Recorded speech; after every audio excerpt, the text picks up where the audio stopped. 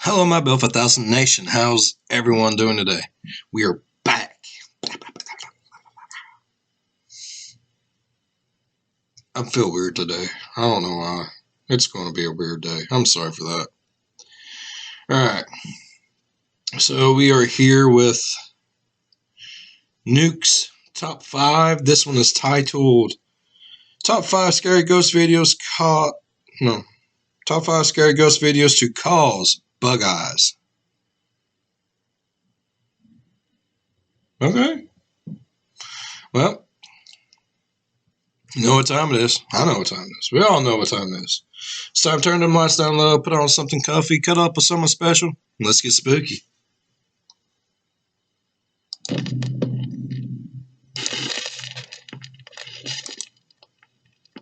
Top 5 ghosts caught on camera. Caught on CCTV. Facebook user Carly Tritzler shared a very bizarre video that was recorded by her CCTV camera outside her home in Canonsburg, Pennsylvania. In the video, a deer can be seen walking through her yard. That's not all.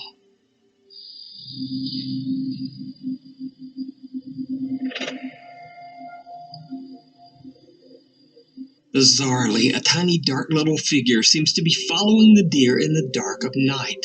What the heck is that? I have no idea what this little thing could be. It's adorable. Even after brightening the footage, it doesn't appear to be any kind of pet or wild animal. And whatever it is, it almost looks like it's walking on 2 legs. For now, the mysterious footage remains unsolved. But I'm very curious to hear what you guys think this little thing could be. It's E.T. It's gotta be E.T., right? Right? I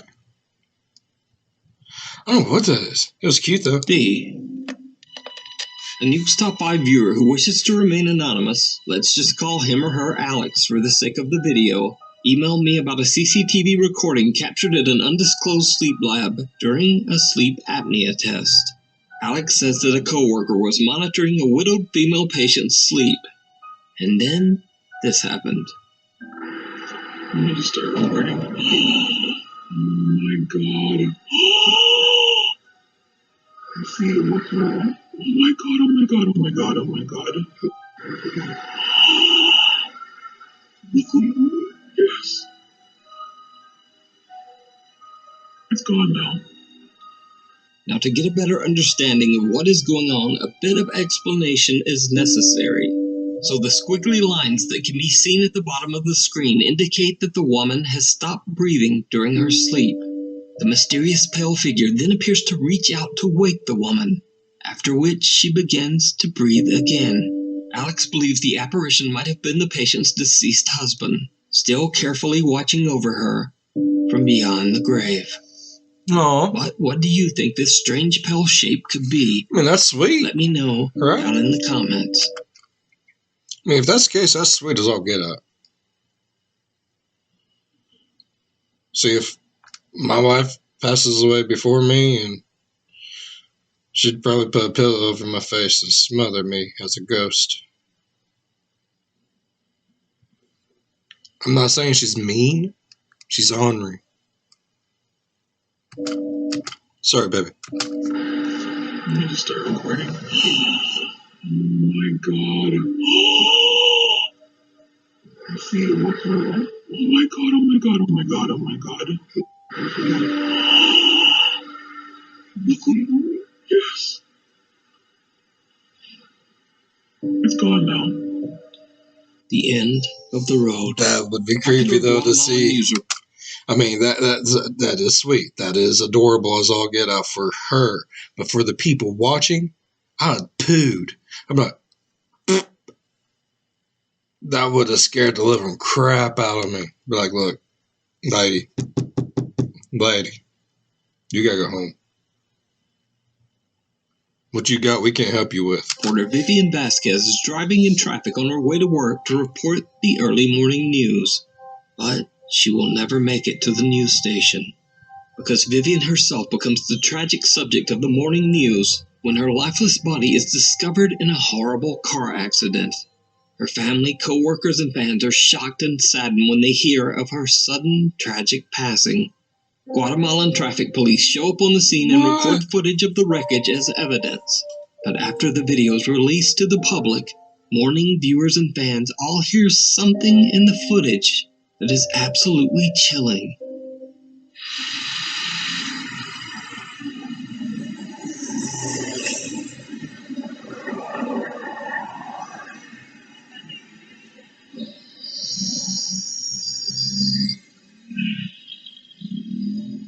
And this time, did you hear it?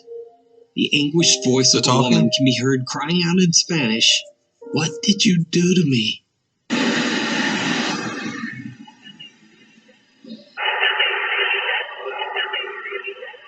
When watching the footage, it becomes clear that it makes no sense for anyone present at the site of the accident to be screaming, "What did you do to me?" Vivian's loyal fans believe that it was her anguished spirit.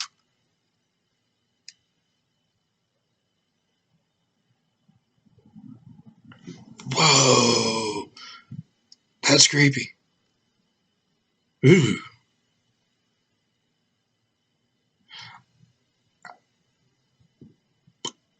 It didn't look like it was anyone that was going down the road because the windows was all up on the cars and everything because it looked kind of dreary and kind of cool.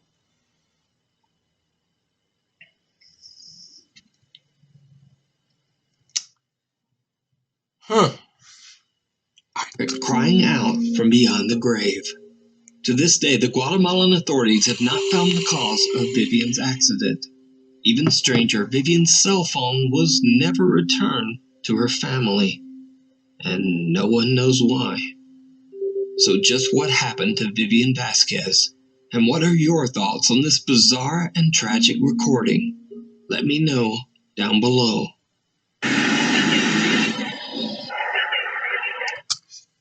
My question is, why would her phone not be returned to the family, bruh?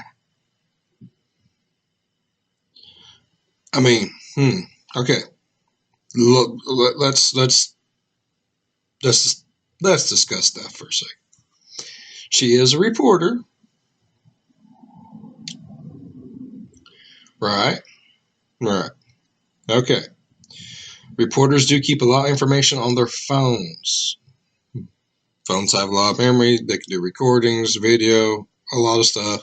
Go back, put it all together, and they got something. You know what I mean? Maybe she might have put her nose someplace where someone didn't think it belonged. Maybe she was trying to make it, big time and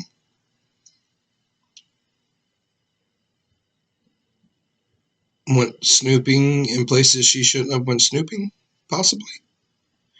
Found out something she shouldn't have found out. Just speculation. Because, I mean, it's kind of weird. Okay, that means she would have to be going that way, right? On this road, right here. So she's going that way. The car's facing this way, and it's into the guardrail. So either she lost control, but I don't see no skid marks on the road.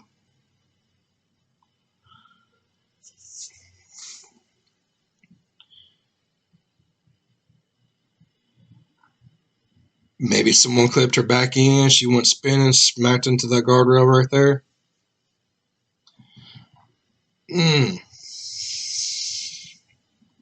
I mean, that's possible. That's possible. There's some shady stuff out there, bro. The Lurker in the Woods. So this is vlog 1 today, my first vlog ever, woohoo! Travel vlogger Mihaela from the YouTube channel Mihaela Claudia P records a road trip through her home country of Romania and makes a stop at one of the most haunted forests in the world. the Hoyabachu Forest in Transylvania. Local legends tell the story of a girl who disappeared in the woods only to reappear 5 years. The Hoyabacha. I think I've seen that on Ghost Adventures or something. There's like woods, and like in the center of the woods is nothing grows, and right in the middle of it. And the strange lights are said to be seen. People who go into the woods get like weird diseases and get really sick. And yeah, like he's probably about to say there was a little girl that went missing. And I guess like a few years later actually came back to where she, her family's home, older. I just like Romania is a weird place, bro.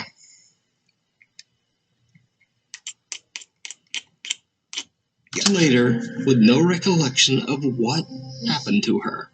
Another story is that of a shepherd who, along with his sheep, completely vanished in the woods, never to be seen again. Mihaela arrives at the forest at nightfall and is all alone as she nervously makes her way through the woods. Everywhere she goes, she finds the skeletal remains of animals, but it's something else that she should be much more worried about. Mihaela might not be as alone in the woods as she thinks. Yes, I am that crazy to walk You might just be alone dead in a minute. You don't in need the to go in there. so-called most haunted forest in the world, and I'm very scared of wild animals. I have to admit, I'm terrified. But I don't know if I would classify it as the most haunted woods in the world. Because if I'm not mistaken, Japan, ain't it, has the suicide woods where people just go in there and kill themselves? To me, that would probably be more haunted. This might be the more evil woods. Leave a comment down below. Tell me what you think. Right? And I do not know where the exit is.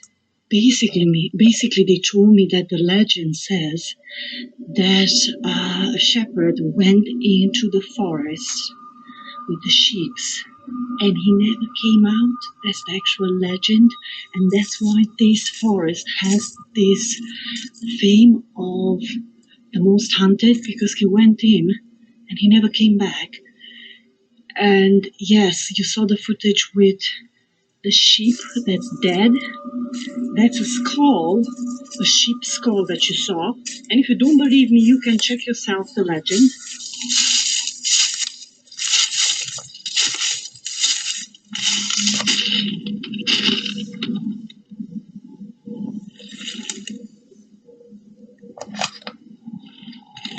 What is that? I can hear something.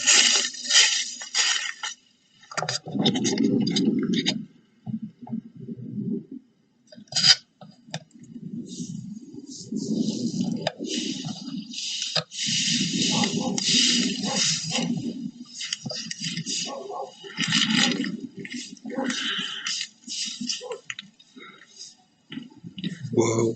Fool, you need to run. Turn around, run away.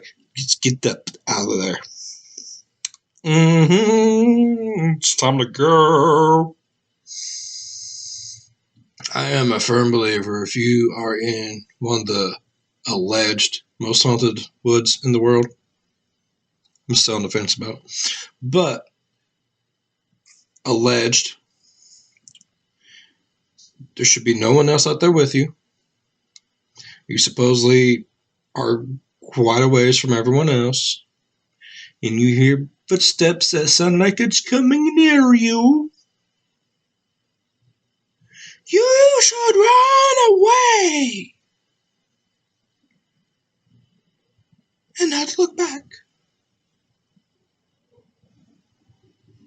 I'm not wrong.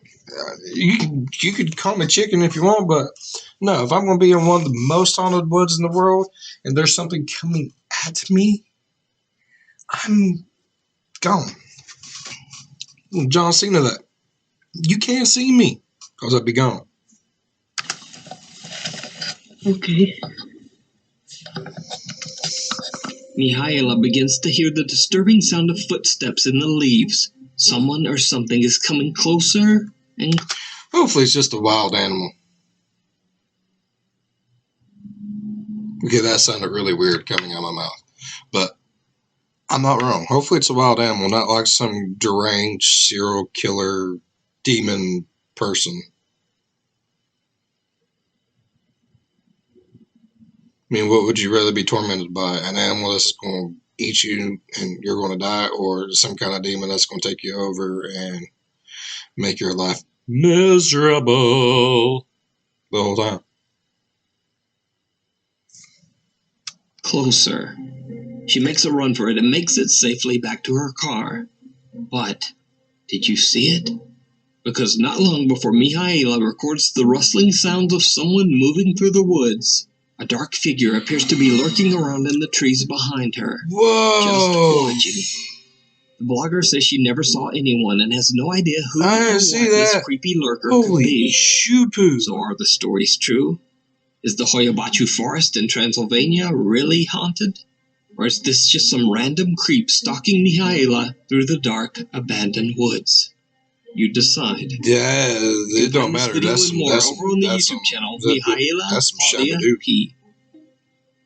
The Forbidden Room. Popular Japanese paranormal YouTube channel Omagatoki Film received a horrifying video from a woman who wishes to remain anonymous. They refer to her only under the alias Nakayama. Nakayama claims that her grandmother had a very strange but strict rule for anyone visiting her home. Never go upstairs.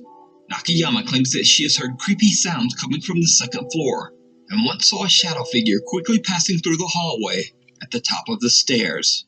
After the creepy experience, Nakayama was told the sad story of her grandmother's sister. Almost 40 years ago, the sister was living upstairs on the second floor. She was happily engaged to be married. However, the engagement was broken off by her fiancé right before the wedding. Soon after, the heartbroken woman went missing and was never seen again. Her room on the second floor has been locked and off limits ever since. Nakayama is now a grown woman, and her grandmother has since passed away. As the last living relative, she now owns the property and is considering selling it. One evening, she goes to her grandmother's house. Gathering her courage, she records a video as... Nice home for sale. Plenty of land. Electric. Nice old-timey feel. 2-story. Only 1-story livable due to possible possession from ghostly lady upstairs. $100,000 a best offer. No. For the first time ever, she goes up to the second floor and approaches the locked door of the forbidden room. That's when things take a truly terrifying turn.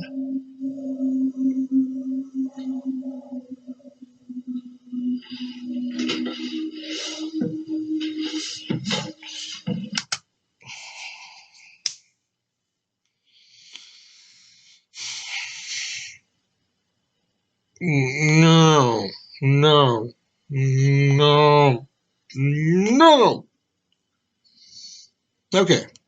Of all the times that you could go up the forbidden stairs, into the forbidden room with the forbidden demon lady, why you gotta do it tonight? Why can't you be a sensible, reasonable person? I understand you might work during the day. I understand that. I am a very understanding person, but I guarantee you have a day off. And you are off during the day at one point or another. And you could go there when it's daylight. Don't be stupid. Don't go there at night. Why?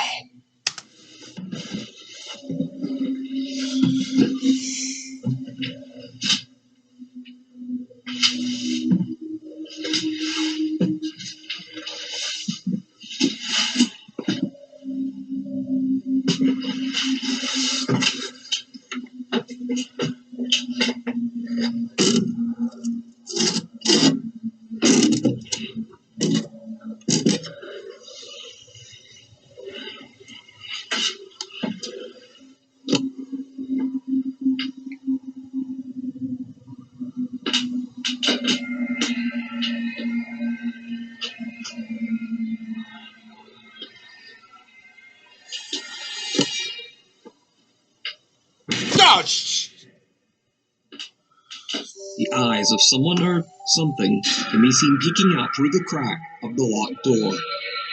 When paranormal investigators Hiro, Tomo, and cameraman T see the video, they are shocked. They decide to visit the creepy, allegedly haunted house to investigate. With Nakayama's permission, they take the lock off the door upstairs and go.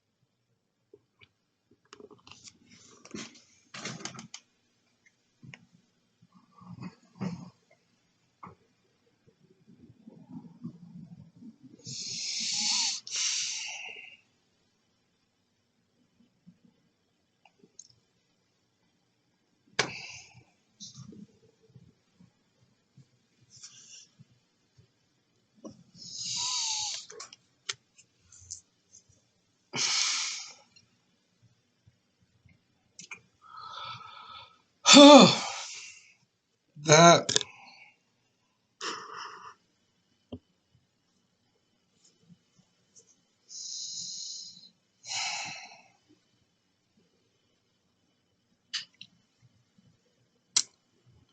That scared the shit out of me. Did you see that face? Did you see it? I seen it. I didn't like it. Phew.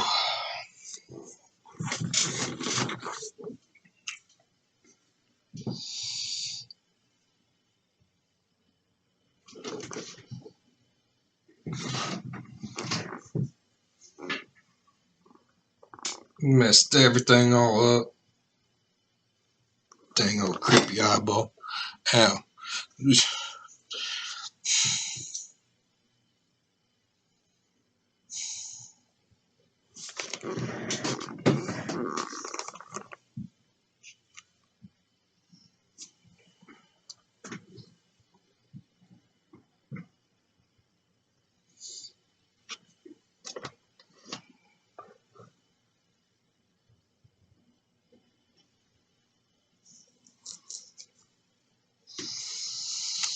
Okay.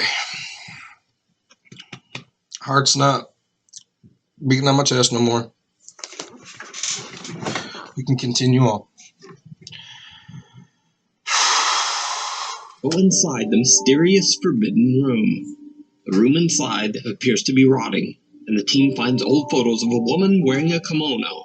They also find some very strange objects, including a doll, a covered mirror, and a traditional Japanese dress hanging from a cupboard. The Omagatoki team begins to get a strange, unsettling feeling that something is very off about this room. この部屋。空気がやばい感じがするよね。なんかちょっとおかしいですね。おかしい。あんなさ、この写真撮るまで、話が進んでて破談した。そういうことを、その話を信じるな。ちょっと待って。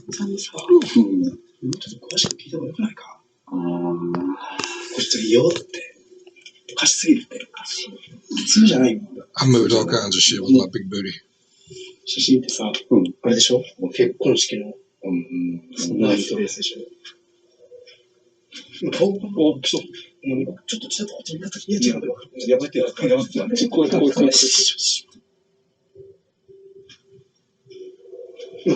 大きそう。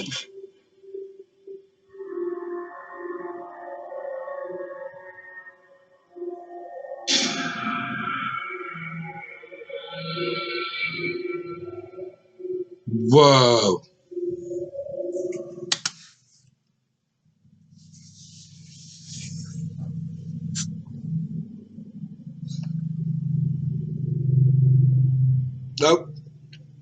Nope. I wouldn't even try to sell the house. I'd burn it. I would burn that mother to the ground. Just saying, I would. Don't judge me.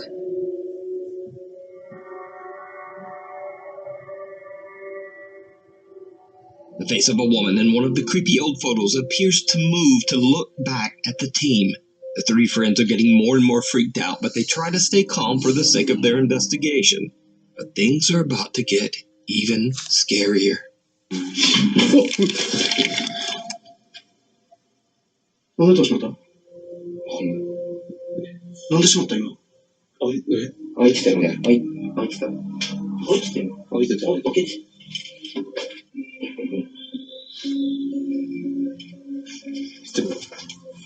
いな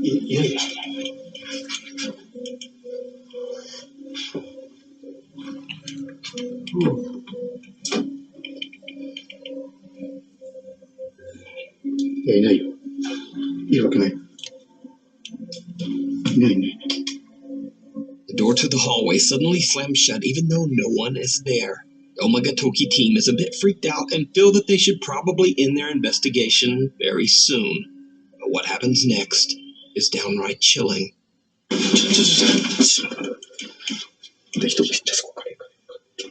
いやいや、人影やめてよ、俺。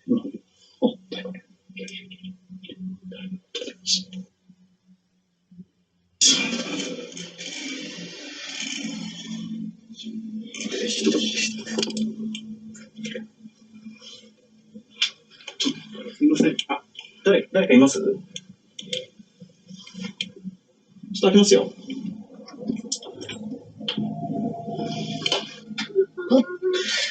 びっくりした。どうされたんですか？あ、そうですか。びっくりした。お一人ですか？あ、中を見に来られたんですか？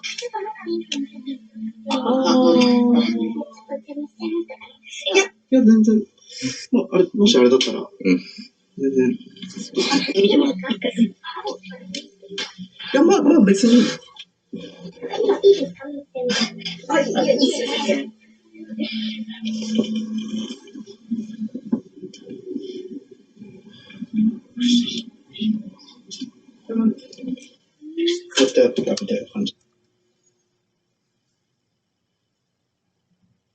I'm not even gonna lie, that kind of scared the shit out of me. I'm gonna open the door and you see like a hand just like, and I'm like, I didn't know what to think. Oh, I'm so glad it was a real person. Holy crap.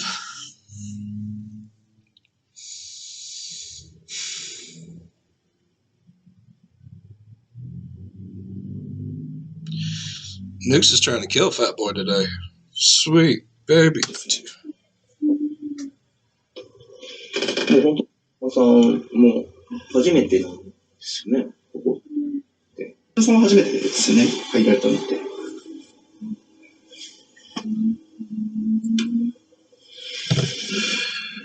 皆さん大丈夫ですか？なんか、ちょっと体調悪そうですけど大丈夫ですか？もう様子が。やっぱりおばあちゃんのせいだったんですよ。なんで風邪ってない？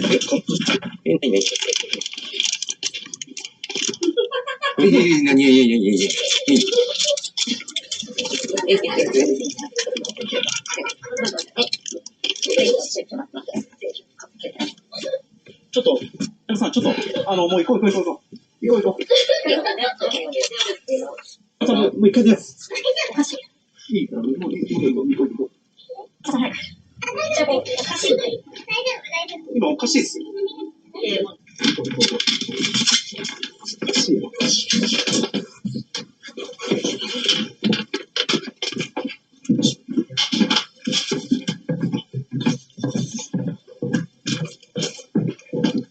何？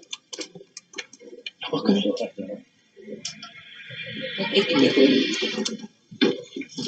The three friends are baffled and shocked. They have no idea why Nakayama is suddenly acting so bizarre.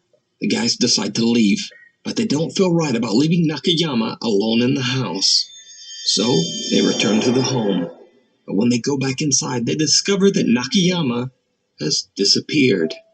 After a little discussion, Investigator Tomo feels confident enough to do a solo investigation inside the forbidden room all alone. He's stupid. Hiro and cameraman T wait downstairs as Tomo stays behind with nothing but a camera.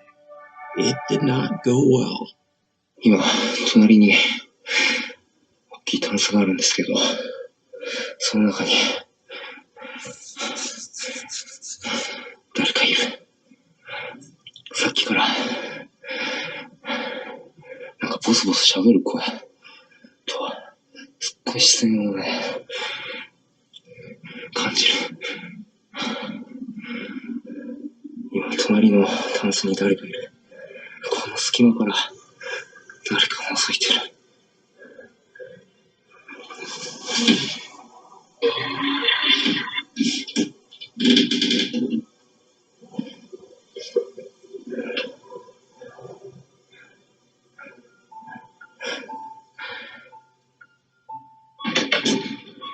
どこですか？この中？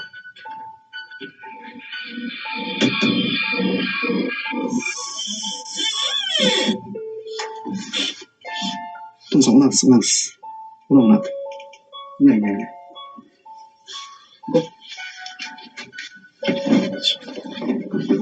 A horrified Tomo begins to see movement inside a nearby cupboard and calls for his friends. Hiro and cameraman T hurry upstairs, and together they open the door, but no one inside. Omagatoki has finally just had enough, and they get out of there. I'd burn that mother down. After this investigation, the team says that they have made multiple attempts to reach out to the woman, Nakayama, but they haven't heard from her since. So just what is going on inside this creepy house, in this creepy forbidden room? You decide. You can watch this full 2-part series with English subtitles over on the YouTube channel, Omagatoki Film. No, I will not be watching this. I don't know if that's real, I don't know if it's fake, I don't care, that scared the mess out of me. On TikTok. TikTok user Ashley Rain has only ever posted videos of her family and all of their cute cats. But this next video is completely different from anything she has ever posted before. Ashley claims that late one night their motion-activated security camera caught something truly bizarre.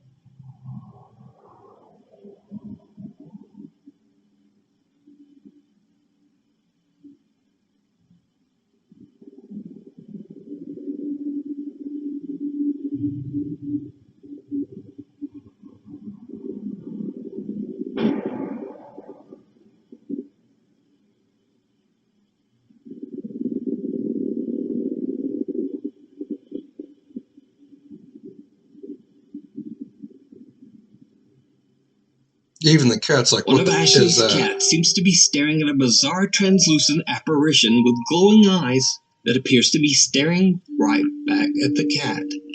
At first glance, it just looks like the cat's owner playing peekaboo. But then the pale figure suddenly just floats up toward the ceiling before vanishing into thin air. Curious TikTok commenters believe Ashley's cat might have been trying to protect the home from an unwanted dark entity. Ashley says that the family has since moved to a new home and is happy to be out of their old house for good. But is it real? Or is it all just an elaborate hoax? I don't know, that's creepy. You decide. I don't want to decide. Nope. Can't make me. Simon Lockhart is a security guard at a hotel in downtown Providence, Rhode Island. Simon sent me an email in which he says that a few months ago, a man tragically lost his life at the hotel. He says that ever since, he has been experiencing strange supernatural events during his security shifts. As the paranormal activity intensified, Simon began to record evidence and post it to TikTok. So I'm in the bathroom right now. I'm not going to the bathroom if you're wondering. But I'm hearing like shuffling sounds outside the door. Every day I'm shuffling. Yeah, I ain't looking.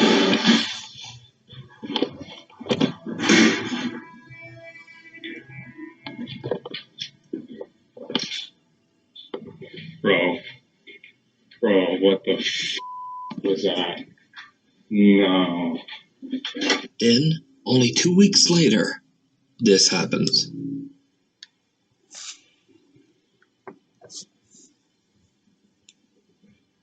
I swear to God, I heard like a woman talking in here.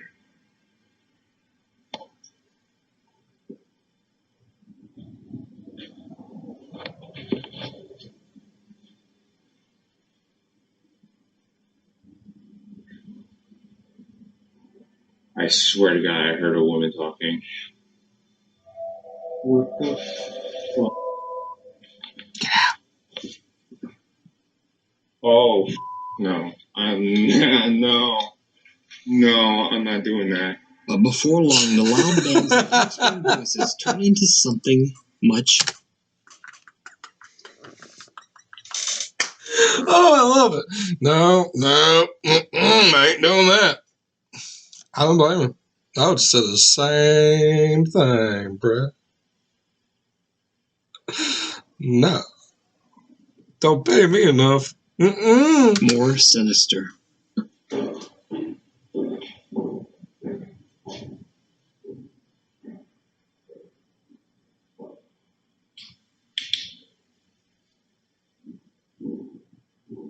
Hello?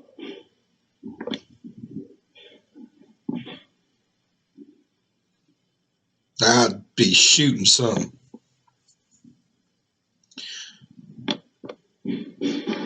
Oh my God. What the f? What the? Bro.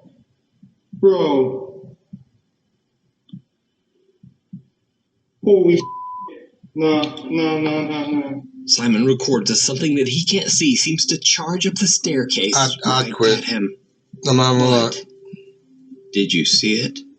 Simon's concerned TikTok viewers point out something that he missed in his original video. Something downright chilling. Watch again. Oh my God. What the f? What the f? Bro. It looks as if a face can be seen watching him through the window of a door on the 8th floor. The security guard says that there was no one around and he didn't see anyone at the window at the time. He only noticed it after TikTok viewers pointed it out. I'd quit. Over the course of several months, Simon continues to record everything he experiences. Then late one night, the security guard is sent out to the hotel's restaurant after reports of some very unusual activity. It really did not go well. I'm over at the restaurant right now that's connected to our hotel. The door's been wide open. And they said they've seen lights going on and off in here. Nope. It's the attic area.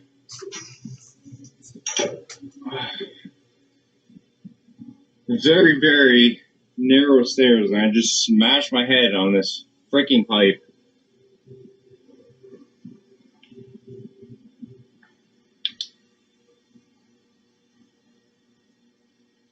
Hello?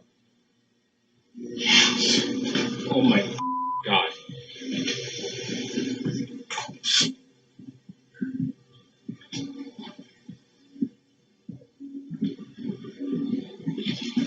There's no one here. I'm Nope. Okay, I'm out. Okay, just leave me alone. The nervous security guard hears someone say the words, "Get out," and soon after feels something or someone pull at his shirt. In a panic, Simon tries to descend the steep staircase as fast as he can, but he actually slips and breaks his ankle. As always, whether it's all real or not, I leave it to you to decide. I'd quit. But either way, best wishes. I'd turn in my tie and I'd tell him suck in my butt. To Simon for his speedy recovery, and you can follow his story over on his TikTok page. It's Simon. Thanks for watching. Check out some weird stuff and extra clips It's not happening.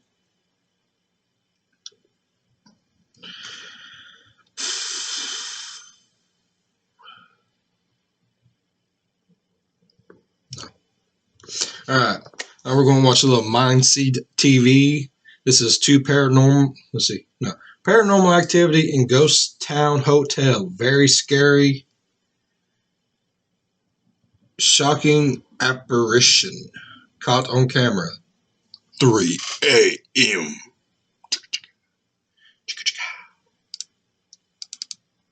Sounds like what? Oh no! Whoa! It's like a black.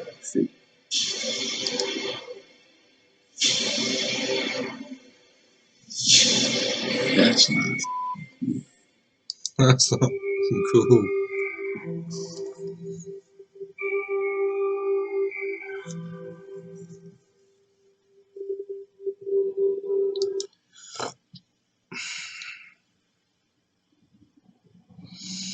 I just got to prepare myself because, I done pooed on myself the last one. Just gotta get ready. Gotta pet myself like a puppy. Here we go. Shh. Shh. Shh. It's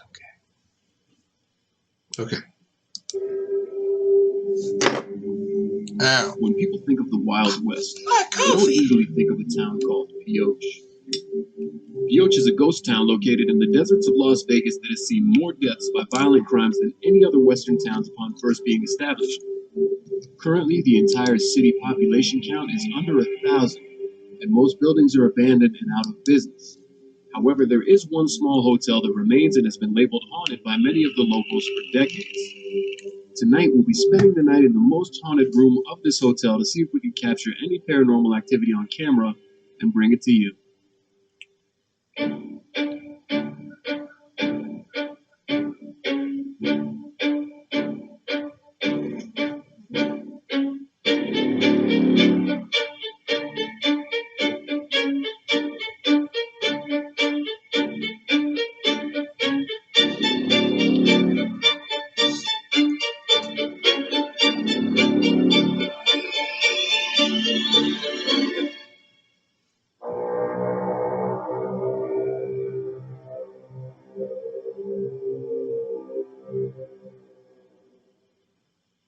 So this hotel has been explored by many ghost hunters. We like seeing if all this stuff is real, so we decided we're going to go ahead and take a visit.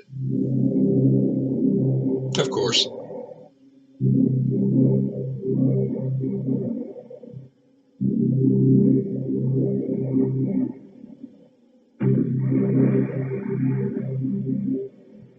The fucking knob is like coming off. We're in the Victorian suite, and this place is crazy looking.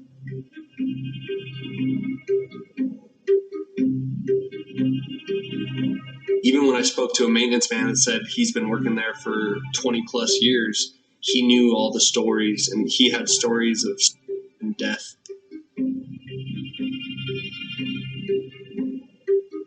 Oh no. Oh no.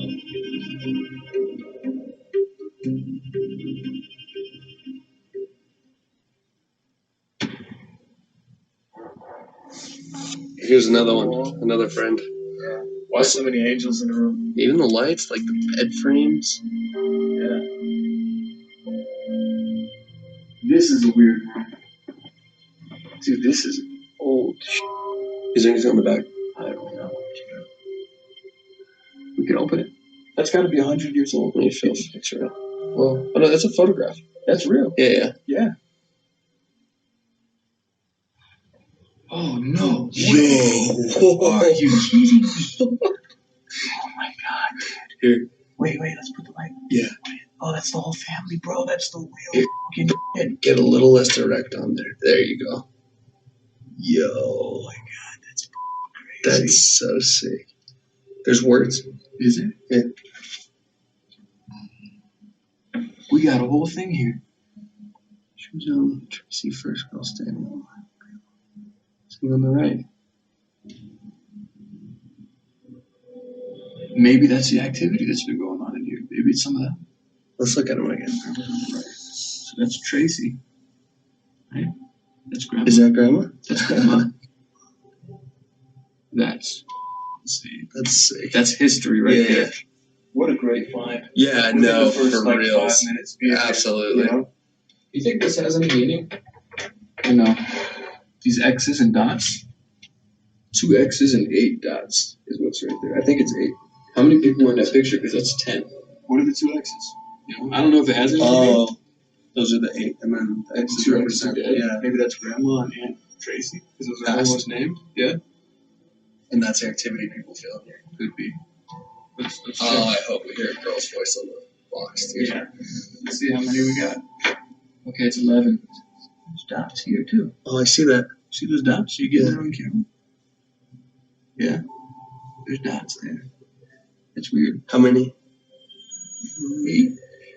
6, 7, 8. Yeah. Okay. 8. It's just an old town, man. Definitely. Oh, check this out. See this?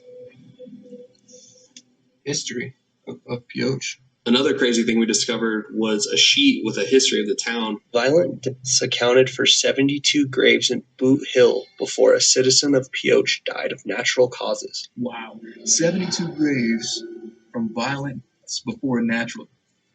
Dude, That's a lot of, bro. now I'm thinking, where's Boot Hill? Where is Boo Hill? You hear that? Well, good. Is that from in here? Yeah, it's going from this corner up here. What is that noise? It's like, it sounds like a humming, right?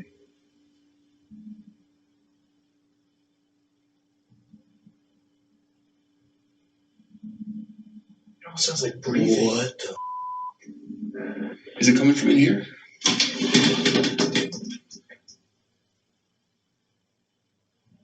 No, it's out here stronger. Yeah. Let me check the other side of the wall. If there's anybody here that would like to communicate, can you please?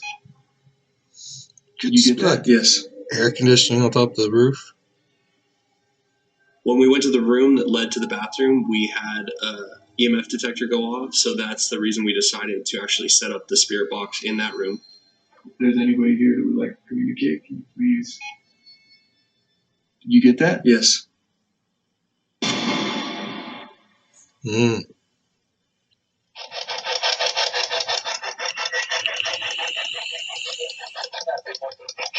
What's that?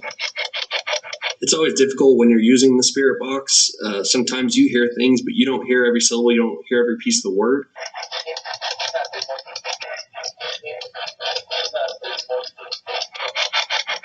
He stabbed and murdered.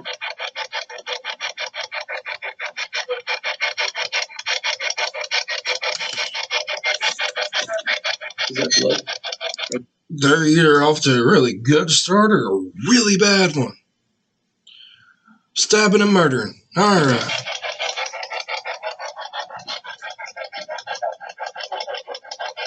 Someone said that's not blood. Did you hear that? I'm gonna have to. I'll play it back to you, man. It sounds like someone said that's not blood. I don't know what that is. I don't want to touch it. I know that. Yeah. Well, Ketchup. if they were here, I mean, someone could have easily got murdered in this room, and no problem. You know what I mean? And then that's the spot. Yeah. Sounds more like Miami. It does. Yeah. I'm hearing more ambulances coming through for sure. Are you one of the men in the photo from next door?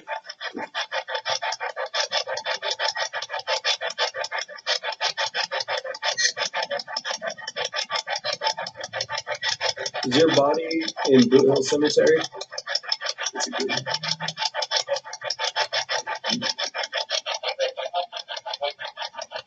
You hear that? Yeah.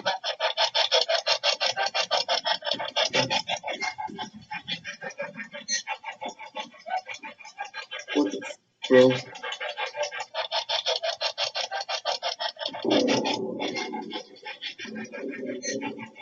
I've investigated a lot of places and I have seen movement before. I've never seen something as deliberate as the movement of that door. It just caught us both so off guard. Whoa.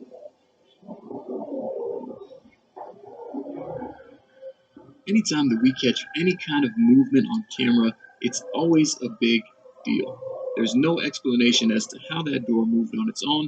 We had our team behind the scenes analyze the video and go over it several times, and they actually captured something that I missed in editing.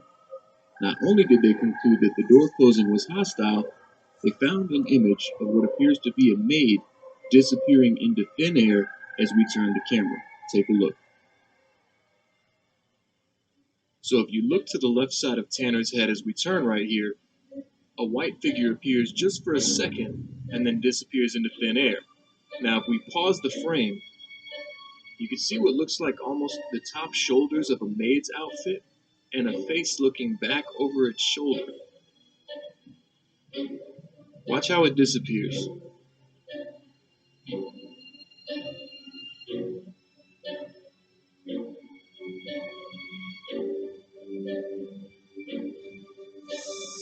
Holy shit. That could have just been the light reflecting, though. Did you feel anything pass by you? Or no? No, I didn't either. So I think but I whatever. was concentrating on the questions. Yeah, no, but I mean, like, whatever just moved that might still be here.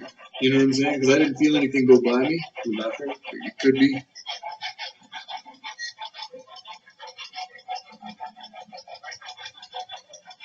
Here, show us something.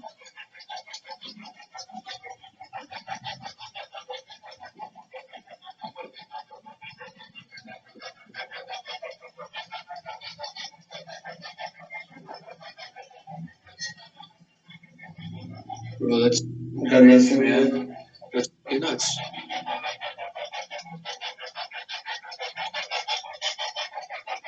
Are you ready to go?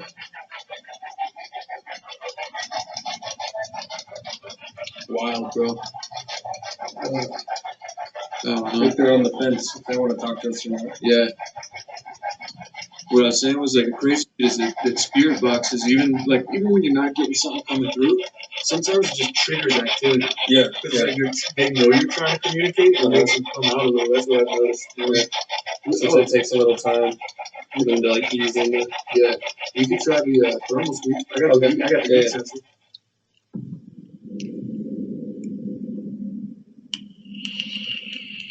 Check it out. Yeah. So you can definitely see it picks up heat. Alright, so we'll do the sweep, check the beds.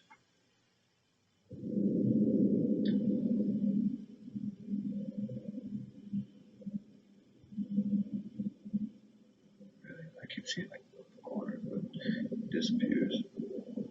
Yeah, nothing.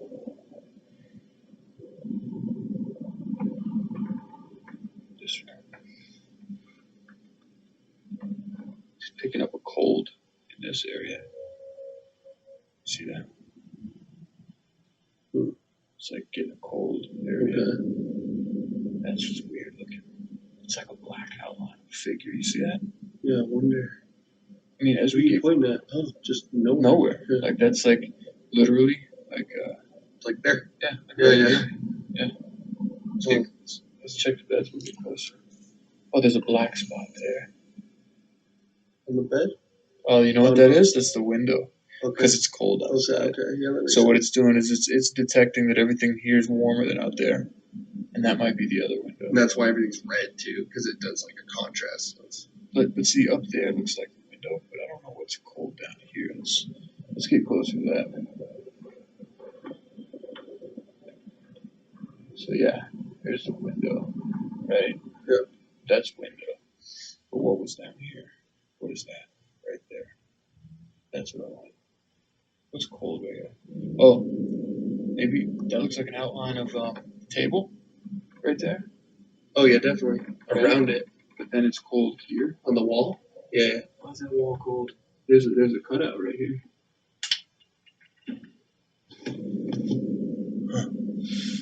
It is a little. Yeah, it's cold. You know, it's warm in this room, so. And it's not cold here. Maybe this is like a piece of wall that was like put up cheap. Yeah, it's not insulated well. Yeah, insulated. Hey, One thing I do like about it is the debunking. It's one thing to say everything's haunted. It's another thing to look and be like, no, that's this. No. I like that. That's one thing I do like about certain ghost hunting groups. I don't like the ones that go in and every little thing is paranormal activity. Because not every little thing is paranormal activity. Like you said, it's a cutout. Maybe they didn't put insulation back in there and it's just the cold radiating through the wall. Maybe it was just really cheaply done and, whatever the case may be. I like that. 2 thumbs up. Oh. That's bad. It's bad. See that? Yeah. 130. I don't think that's accurate. I think I need to calibrate it. Okay. But it's definitely getting a hot spec right there. That's legit. Can you shine your light on? Just to show them where we're at.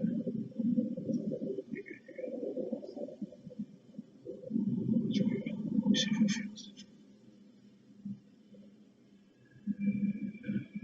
Can't tell the difference there, but it's kind of weird. I don't see the outline of a figure, do you? Mm-hmm. Yeah, it's a small spot right there. It's like almost pulsing too.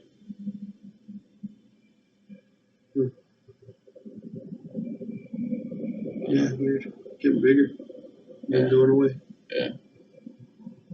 I mean, it's worth watching for a minute.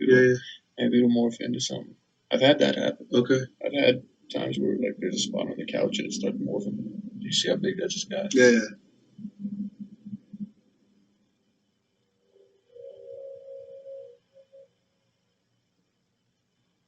It's pulsing, right? You see it? Yeah, and getting warmer.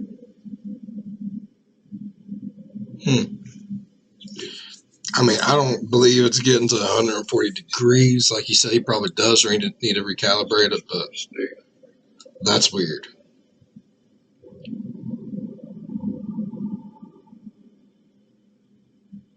And it being close to the window, you figure it'd be cooler.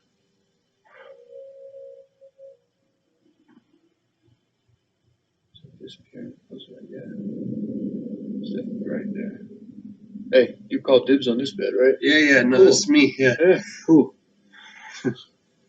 All right, well, we have one test left. All right. We got a Ouija board. All right. People are against it, people hate it. Yeah. I look at it as just one more test, Yeah. So we could set up the board, there's a little table in there. Look, we could try to set it up like right here. All right. And did you move that picture? That table's pretty creepy, ain't it? All right. I thought we put it back up there. But yeah, we could set up right here. Cool. And we'll just run it and see if anything happens. Yep, sounds good.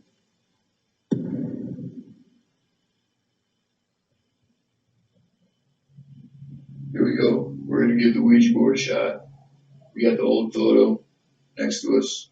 There's been some things going down in here. So I promise you that I'm not moving it. Mm-hmm. You promise you're not going to move it? Promise. We get any kind of movement, it's legit.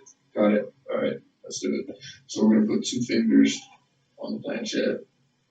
And we're going to move it counterclockwise 3 times in circular motions. So we got to kind of get it started up a little bit.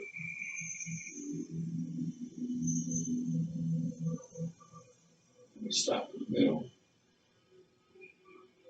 If there are any spirits present with us right now, will you please move this planchette? Sometimes you get stuff, sometimes you don't.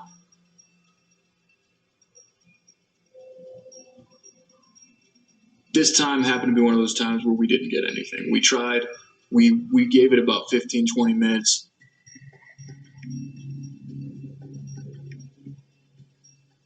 So we decided to wrap it up for the evening.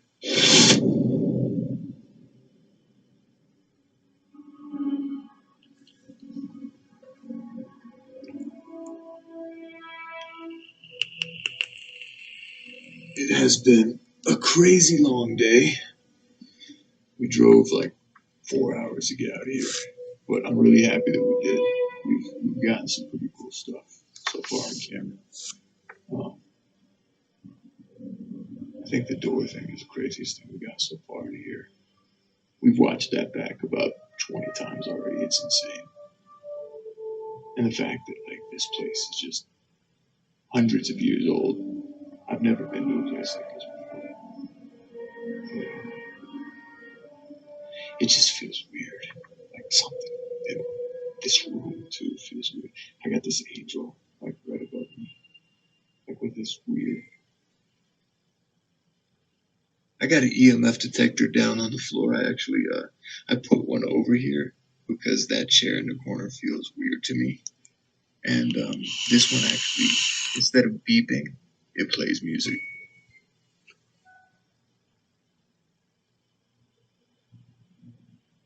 That's not creepy at all.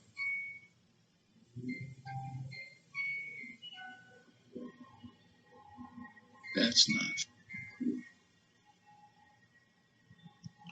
Yeah, that's not creepy at all, bro. No.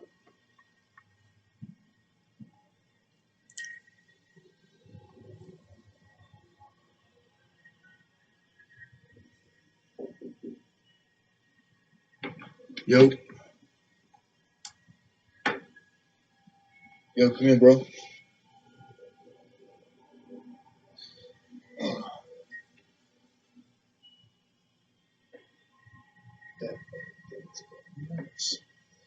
I thought for certain Tanner had heard the EMF detector going off, and he was coming over to see what was going on. Yeah, I heard the knocking. Yeah, you heard that?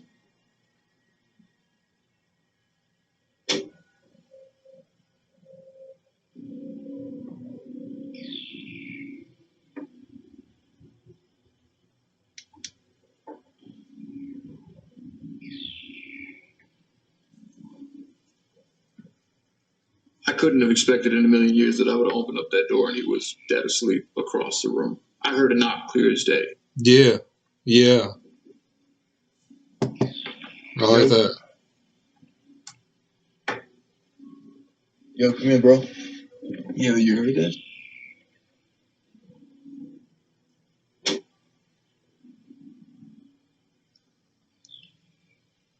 No. Screw that mess. No. I'm like, yeah, I'm sorry, dude. I'm sleeping in the car. I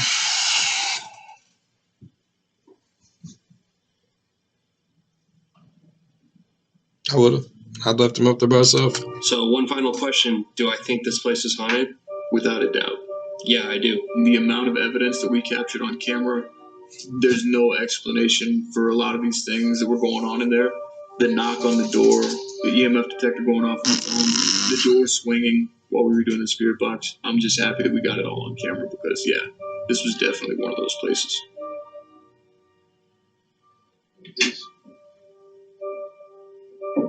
There's the hangers from Ghost Adventures. Yeah. Remember when Buddy was scared from the hangers? Yeah. Uh-oh. Uh-oh. They're coming, Zach.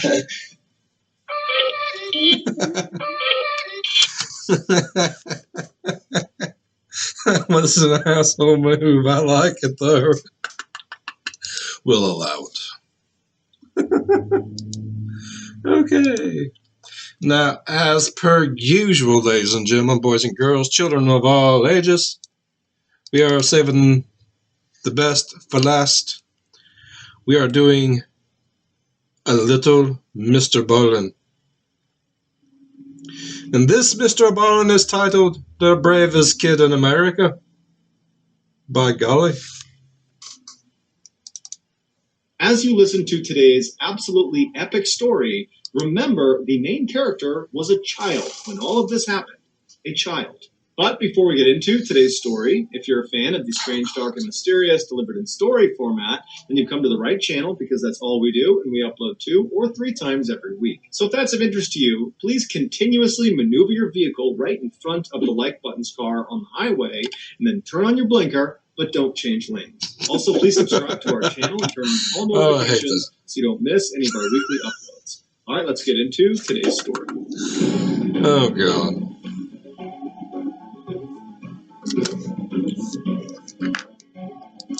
All right, does Mr. Ballin make anyone else nervous when he went? I'm just asking. I get so nervous whenever I start one of his videos because I do not know what to expect. Like, I'll be laughing my butt off like the whole freaking time, and then it turns around and, or I'll be like, oh no, that poor dude, and then come find out like he's a massive serial killer, and it's like, now I feel bad for feeling bad for you. You never know how you should feel. Yeah, let's do it. In 1937, the Japanese declared war on China and invaded their country. The United States, who was friends with China, initially did not intervene in fear of provoking Japan. But after the Japanese murdered hundreds of thousands of unarmed Chinese civilians and the Japanese attacked an American warship, the United States was forced to step in. American officials responded to the Japanese aggression by placing serious economic sanctions and trade embargoes on Japan, believing this would cripple their war efforts in China, causing them to have to retreat. However, these sanctions and embargoes did not have this effect. Instead, they just angered Japan and made them even more determined to hold their ground in China. Over the next few years, the United States and Japan attempted to negotiate some sort of settlement, but neither side would make any concessions, and so neither side would budge. A few years later, on the morning of Sunday, December 7th, 1941, the Japanese launched a surprise aerial attack on the American military base in Pearl Harbor, Hawaii. After the 2-hour attack was done, over 2,400 Americans were killed, with another 1,000 wounded, and 300 airplanes and 20 ships were either destroyed or significantly crippled. The Japanese had hoped this attack would goad the United States into lifting the sanctions and embargoes they had placed on them from back in 1937. But instead, all the Japanese did was goad the United States into all-out war with them. One day after the Japanese attack on Pearl Harbor, the United States officially declared war on Japan. Yeah, we ain't like most countries. You ain't going to scare us. You just going to piss us off. We Americans. I mean, I don't know how else to put it. Like, we don't, no. You ain't going to bully us. No, sir. Stump a mud hole, walk it dry. And thus entering World War II. On the day the Japanese bombed Pearl Harbor, Jack Lucas, like every other American in the country, was glued to his radio listening to the news. He was devastated and shocked at this carnage he was hearing about in Hawaii. And so by the time the president of the United States was declaring war on Japan, Jack had already made up his mind that he was going to join up and he was going to fight for his country. However, there was an issue. Jack wasn't old enough to join the military.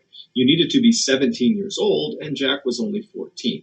But this was not going to stop Jack. So he created this fake document that said he was 17 years old, and he forged his mother's signature on it. And then, after bribing him, he got a notary to sign off on this document as well. And so Jack took his forged documentation, he gave it to the recruiter, and before long, Jack was accepted into the armed services and was on his way to Marine Corps boot camp. After completing initial training and becoming a Marine, the Marines found out Jack's paperwork was actually faked.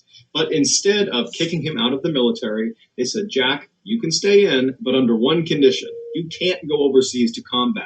You have to stay in the United States. You can drive a truck and help out around here, but you can't deploy and go to war until you're of age. Jack was not happy about this, but initially he did as he was told, and he did just drive a truck around and support it as best as he could. But after about 1.5 years, 2 years of this, Jack just couldn't do it anymore. That was not why he had forged this document to get into the military. He had done that so he could actually go fight in the war. And so finally, when he was just 16 years old, he abandoned his post and stuck onto the back car of a troop transport train that was going to another military base. And so when he arrived at this base, which was in California, he hopped off and then ran to the docks where there were these big warships. And he saw one of them, there was a whole bunch of troops loading onto it. And he figured, that's where I need to go. And so he snuck onto the ship and he hid down below. And then after the ship took off and was out to sea, He revealed himself, and he walked up to a Marine officer, and he kind of played off the, oh, I must have got on the wrong ship, but, now that I'm here, can I join your unit? And this officer, who had no idea how young Jack was, eventually said, okay, but prepare yourself because we're going to invade Iwo Jima. Now, Jack had never heard of Iwo... What the... Oh, gosh. I mean, since you're here and all, and you're dressed the part, why not? Nowadays, you'd be like, nah, Brett. Helicopter be coming in, take your butt to Guantanamo Bay. Be meeting Bubba. Yeah. Iwo Jima and did not know its significance. But frankly, Jack didn't really care. He was just glad that he was actually going to see combat. What Jack couldn't have known, and what the other Marines on the ship couldn't have known either, is that the battle for Iwo Jima would become one of the bloodiest and deadliest battles of the entire war. The Japanese that were on this island defending it were absolutely fearless and would not surrender despite being outnumbered, and they were heavily entrenched in these caves and tunnels built in all over the island, and they rarely left these caves and tunnels, which meant Jack and the other Marines, when they landed on this island, the only way they could fight the Japanese was by literally crawling down into these tunnels, which were usually booby-trapped, and fighting up close and personal with the enemy. Jack's ship arrived off the coast of Iwo Jima in February of 1945 when Jack was still 16 years old. On February 19th, the first wave of Marines climbed down the side of this big ship down onto these smaller amphibious landing crafts, and then one by one they began making their way towards Iwo Jima to begin the invasion. Jack was not part of this initial invasion. He would be going out on day 2 with the second wave of Marines. And so Jack and all the other second wave Marines just stood at the front of the ship and watched as these amphibious crafts made it up to the beach and then just got completely gunned down by Japanese machine gunners that were lining the beach. And so by the second day, when Jack and the rest of the Marines are getting ready to launch their assault, there are literally thousands of dead Americans just lining the beach. But Jack and the other second wave Marines, they knew this was their job, this was their duty, and so they were undeterred. They climbed down the side of the ship, they boarded their amphibious landing craft, and began the journey towards the island. As they got closer, the Japanese machine gunners opened fire not only on Jack and the boat he was in, but all of the crews that were coming towards the beach. And so hundreds of Americans were just getting gunned down before they even reached the sand. Jack and his crew managed to get to the beach, and so as the gate dropped on their boat, and as Jack is running onto the beach, the men around him are just getting cut to pieces by these machine guns. Jack manages not to get shot, and he, along with 3 other Marines, run up the beach and they lay down in front of the sand dune that protected them from these machine gunners. Jack knew he couldn't stay there for very long because the Japanese were also firing artillery shells onto the beach, and so it would just be a matter of time before he was blown up. And so Jack and these other 3 Marines that had arrived at the same time, they began moving north, doing their best not to get shot or blown up, stopping behind rocks and trees and jumping behind sand dunes. And after a couple hours of doing this, the 4 of them reached the airfield at the northern end of the island. And when they get there, a machine gunner inside of a pillbox. A pillbox is like a small concrete fort that only has openings on 3 or 4 of its sides that are just big enough for a machine gun to poke through. A machine gunner inside one of these pillboxes notices Jack and the other 3 Marines, and they open fire on them. And somehow, Jack and these other 3 Marines managed to not get shot, and were able to maneuver and then fire through one of those openings and take out the machine gunner inside. And so now that this gunner is down, Jack and the others see the opportunity to run forward and take more ground of this airfield. And as they're running, other Japanese soldiers in the general vicinity, they see them, they start opening up on them from other pillboxes and other locations, and it forces Jack and these Marines to just jump into the nearest trench to avoid getting shot. And so they're jumping into a Japanese trench, which is a deep hole dug in the ground to protect yourself from getting shot. And as they jump in there, they're expecting to see Japanese soldiers coming towards them, but there weren't any soldiers. But they knew they couldn't stay there for very long because eventually Japanese soldiers would come through here and then they'd get killed. And so they quickly decided their best bet was to basically get out of this trench and run towards the pillbox where they knew they had taken out the machine gunner inside. So they could actually take that pillbox for themselves. And so their plan was they would run towards it and stop inside of each of the trenches along the way to protect themselves because they know there are other Japanese that know where they are. And then once they get to the pillbox, they can regroup and call in reinforcements. And so one of the men Jack was with said, okay, I'll go first. And so he climbs out of his trench as the Japanese are shooting at him, and he sprints about 10 or 15 feet until he gets to the next trench on the way to this pillbox. And so Jack is watching as this guy jumps into this trench, and as soon as he disappears out of view, this Marine is immediately turning around and scrambling to get back out of the trench, and he's trying to run back towards Jack and the other two Marines he was with. It would turn out this guy had jumped into another Japanese trench that was full of Japanese soldiers. Oh, he actually landed on top of an actual soldier. But these Japanese soldiers were so caught off guard by this, they didn't have time to react and shoot this Marine before the Marine was able to scramble out and get back to Jack. Whoa. And then for the next several minutes, Jack and these other three Marines opened fire on these Japanese soldiers in this trench like 10 or 15 feet away. And these Japanese soldiers, they too opened fire on Jack and the other three. Jack was able to take out two of the Japanese soldiers before his gun jammed. And so he ducked down into the trench to work on his gun. And as he's down there, he notices there are two grenades on the ground right next to him. And so without any hesitation, he yells, "Grenade!" to the other Marines, and then he jumps on top of them, smothering the grenades with his body. One of the grenades was a dud, and so it didn't explode. The other was not a dud, and it went off. The way a grenade works is there is a small piece of explosive that is inside of metal housing that's usually spherical, and this metal housing is the thing you actually hold on to and throw when you throw a grenade. And so when this small explosive is triggered by pulling the pin and releasing the spoon, it detonates and it causes the metal housing itself to be ripped apart and sent flying. Basically, when a grenade goes off, it's like having hundreds of pieces of jagged metal shot off in every direction that are all traveling roughly at the speed of a bullet or faster. And so naturally, a grenade up close is incredibly lethal. In fact, the kill rate... Yeah, it's not the explosion that gets you, it is the shrapnel. It'll tear you to pieces. Radius of a typical fragmentation grenade is about 5 meters. When the grenade under Jack that was not a dud exploded, it sent Jack flying into the air, and then when he came back down again, his comrades saw him, and they could see he was clearly devastated from all the fragmentation that had been pumped into his body, and so they assumed he was dead. But even if they thought he was alive for some reason, there was nothing they could have done to have helped him because they were actively being engaged by dozens of Japanese soldiers that were only about 10 or 15 feet away. And so eventually, these three other Marines that Jack had just saved were forced to leave Jack where he was and retreat back to the beach, and they would all live. The Japanese soldiers in the trench that they were fighting against would eventually come into Jack's trench, but most likely when they saw Jack laying there just completely ruined from this grenade, they assumed he was dead, and so they just kind of left him there. But Jack wasn't dead. He just couldn't speak, and he couldn't see anything, and he really couldn't move, although he could wiggle a few fingers on his left hand. And so for hours, as he lay there in agonizing pain, in and out of consciousness, he just wiggled the fingers on his left hand, hoping an American would see him and know he was still alive. And you got to figure this whole time, it is just constant chaos all around him. His chances of survival are incredibly slim. The idea that an American is going to find him and be able to evacuate him is almost zero, and he must have known that. But by some miracle, eventually another American unit did find their way into Jack's trench, and they did notice him wiggling the fingers on his left hand.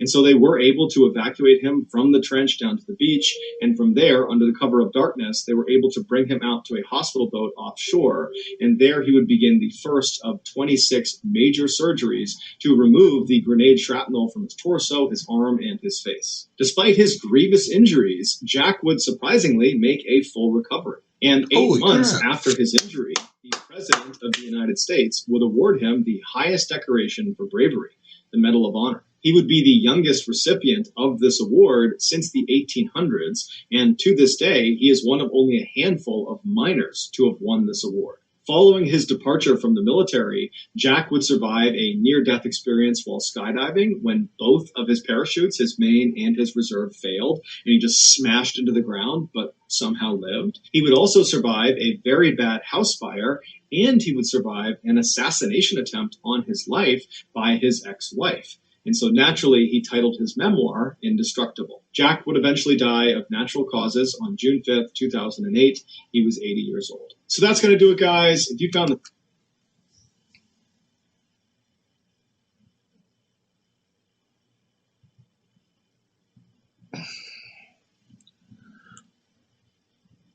Wow.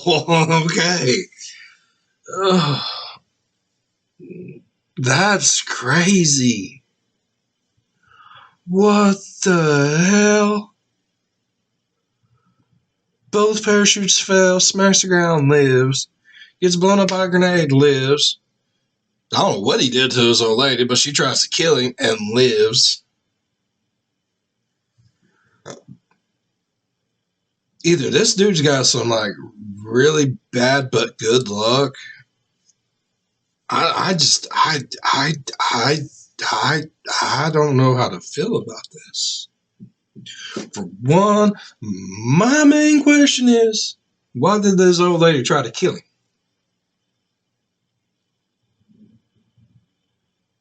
She'd be crazy.